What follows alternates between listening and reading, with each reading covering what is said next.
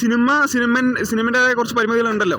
അപ്പം അതുകൊണ്ട് അവർ അതിൻ്റെതായിട്ടുള്ള ഇതിൽ എടുത്തിരിക്കുന്നത് കുറച്ചുകൂടി ഒന്ന് ഇമോഷണൽ ടച്ച് കൊണ്ടുവരണമായിരുന്നു എന്ന് തോന്നി. പിന്നെ കുറച്ചും കൂടി ട്രാൻസ്ഫോർമേഷൻ പെട്ടെന്ന് നടന്ന പോലെ തോന്നി.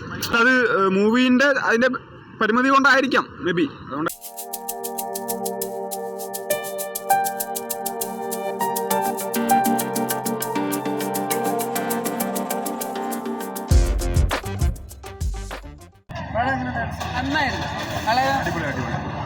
കുഴപ്പമില്ല, കാണാം. കിടിലൻ പടമാണ്.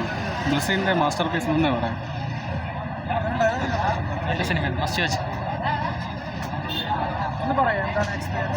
കരയാണ്ട് കരയിപ്പിച്ചു.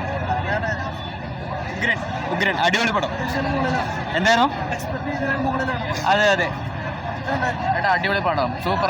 എന്തായാലും മറ്റേ കണ്ടിരിക്കണം, അടിപൊളി പടം. പൃഥ്വിരാജിന് ഇതിന് ഓസ്കാറൊന്നും പോരാ. ലൈക്ക് മേലെന്നി ഓസ്കാറിനേക്കാൾ മേലെന്നി അവാർഡ് ഉണ്ടെങ്കിൽ അത് കൊടുക്കണം. അത്ര ഗോഡ് ലെവൽ പെർഫോമൻസ്. സിനിമ അടിപൊളി, ഒന്നും പറയണ്ട. പൊളി ഒന്നും പറയാനില്ല. ഓസ്കാറെ ഡിസേർവ് ചെയ്യുന്നുണ്ട് പൃഥ്വിരാജ്.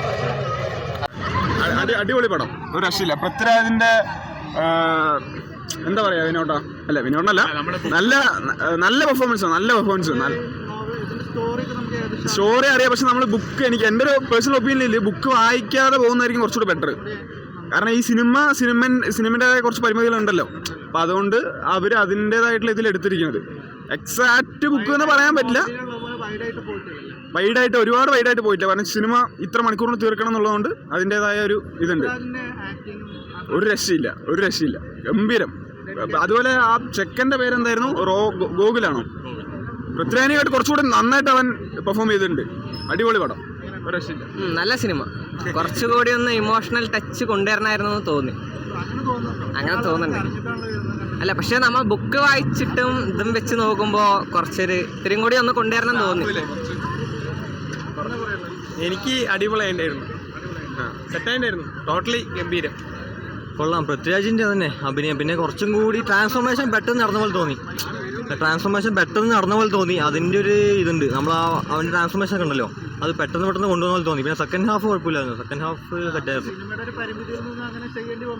അങ്ങനെ ചെയ്യാം. പക്ഷേ ഫസ്റ്റ് ഹാഫ് കുറച്ചും കൂടി കൊണ്ടുവരാമായിരുന്നു എനിക്ക് തോന്നുന്നു. അതിൻ്റെ ഈ ആടിൻ്റെ പേരൊക്കെ വിളിക്കുന്ന ഒരു സീനൊക്കെ ഉണ്ടല്ലോ, അതൊന്നും ആഡ് ചെയ്തിട്ടുള്ള എനിക്ക് തോന്നുന്നുണ്ട്. ബുക്കിലുള്ള ഒരുപാട് സാധനം മിസ്സായിട്ടുണ്ട്. പക്ഷെ എന്നാൽ അത് മൂവീൻ്റെ അതിൻ്റെ പരിമിതി കൊണ്ടായിരിക്കാം മേ ബി. അതുകൊണ്ടായിരിക്കും. എന്നാലും അടിപൊളിയാണ്. അങ്ങനെ പറഞ്ഞാൽ ശരിയാവില്ല. നീ കൂടെ പറഞ്ഞിട്ട് പോയാ. എല്ലാവരും പറഞ്ഞ പോലെ ഞാൻ പറഞ്ഞ പോലെ ബുക്കിലുള്ള പരിമിതികളുണ്ടല്ലോ. ഒരു 2.5-3 മണിക്കൂറിൻ്റെ ആ ഒരു പരിമിതി വെച്ച് ഇവർക്ക് നല്ല പൃഥ്വിരാജിൻ്റെ ഡെഡിക്കേഷൻ അത് എന്തായാലും പറയണത്. അതൊരു ഷോട്ട് ഉണ്ട് പടത്തിൽ. മസ്റ്റ് തിയേറ്റർ വാച്ചാണ്. ഒരു ഷോട്ടുണ്ട്, ഒരു പ്രത്യേകമായിട്ടൊരു ഷോട്ടുണ്ട്. അതിൽ കണ്ടാൽ അറിയും. എന്തായാലും പൃഥ്വിരാജ് എന്തായാലും കൊള്ളാം. ക്രൂ മെമ്പേഴ്സും മൊത്തത്തിൽ കൊള്ളാം. നല്ല പടമാണ്. ബാക്ക്ഗ്രൗണ്ട് സ്കോർ കൊള്ളാം. മറ്റേ മ്യൂസിക്കും എല്ലാം അതിൻ്റെ ഒരു ആ ടോൺ പിടിച്ച് തന്നെ പോകുന്നുണ്ട്. നല്ല രീതിയിൽ തന്നെ ചേർന്നുകൊണ്ട്, നല്ല ഇമോഷൻ പിടിച്ച് തന്നെ ചേർന്നുകൊണ്ട് എല്ലാവരും കൂടെ ഇരുന്ന് കരയുന്നൊക്കെ ഉണ്ടായിരുന്നു. ഫാമിലി മെമ്പേഴ്സും ഈ പുറത്ത് പോകുന്ന ആൾക്കാർക്ക് ഒന്ന് കുറച്ചും കൂടി കണക്റ്റ് ആവുന്നത് ഈ പടം. എന്തായാലും നല്ല പടം, കൊള്ളാം. നല്ല മൂവിയായിരുന്നു. നല്ല ഓസ്കാർ ലെവൽ ആക്ടിംഗ് ഉള്ള മൂവിയാണ്. നല്ല മൂവിയാണ്, എല്ലാവരും കാണാം. ഓസ്കാർ ലെവൽ ആക്ടിംഗ് മൂവിയാണ്. ഒരു നോമിനേഷൻ വരുന്ന സാധ്യതയുള്ള മൂവിയാണ്. പറയാൻ വാക്കുകളില്ല. അതിൽ കൂടെ എന്താ പറയുക,